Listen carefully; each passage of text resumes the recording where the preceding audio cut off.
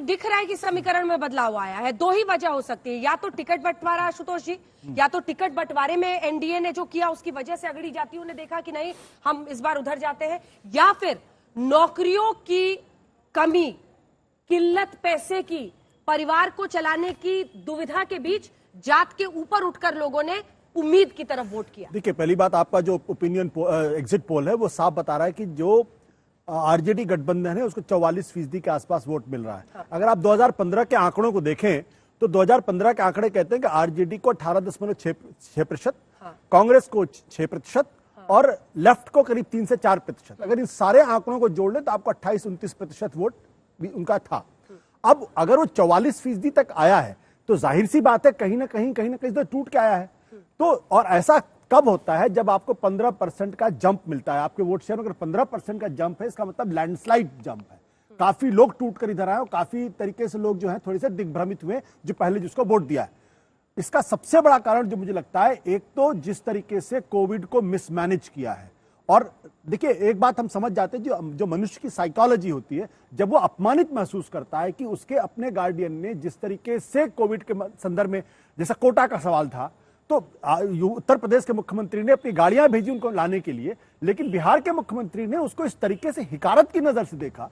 बाद में जब सारे कोविड के लोग पैदल चल रहे थे तब भी इन्होंने परसेप्शन ये किया कि नीतीश कुमार जी उनको लाना नहीं। एक बड़ी बात सुनिए, परसेप्शन, मेरी बात एक मिनट सुन लीजिए और मैं बस 10 सेकंड आप टिप्पणी कर लीजिएगा। देखिए, कोविड एक ऐसी समस्या थी जिससे किसी भी स्टेट गवर्नमेंट के लिए हैंडल करना, क्या ऐसी अराजकता मध्य प्रदेश में नहीं थी? तब तो कमलनाथ जी की भी सरकार थी। सर, मेरी बात सुन ले, मैंने कहा एक बात मुझे बताइए, यूपी में लगाना कि मुख्यमंत्री कोशिश कर रहे हैं, बिल्कुल सही है, ये ऐसा देखिए छवि भी बहुत महत्वपूर्ण होती है, जबकि राजनीति is a game of perception. Perception ऐसा हुआ, वो परसेप्शन जो बनता है उसके बाद आपने जमीन के ऊपर क्या क्या किया, क्या आपने रोजगार के अवसर खोले? आज मैं तो आपको एक के बाद एक आंकड़े दे सकता हूं। उन आंकड़ों में आप देखिए कि ऑल इंडिया फिगर क्या है। मुझे एक चीज छोटी बताइए, बस 6 महीने में, अप्रैल महीने से ये चल रहा है मामला माइग्रेशन का।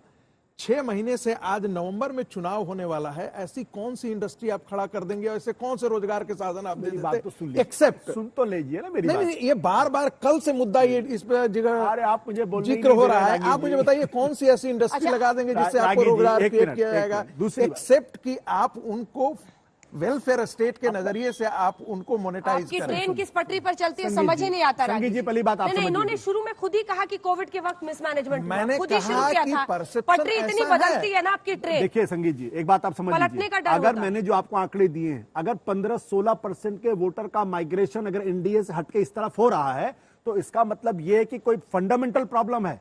नीतीश कुमार ने जिस तरीके से पहले बीजेपी का हाथ छोड़ा, उसके बाद फिर वो जनता कांग्रेस आरजेडी के साथ आते हैं, फिर आरजेडी के साथ छोड़ के वो आते हैं। जब आप इतना बड़ा जंप मारते हैं तो आप पॉलिटिक्स में क्रेडिट बहुत बड़ी बात होती है।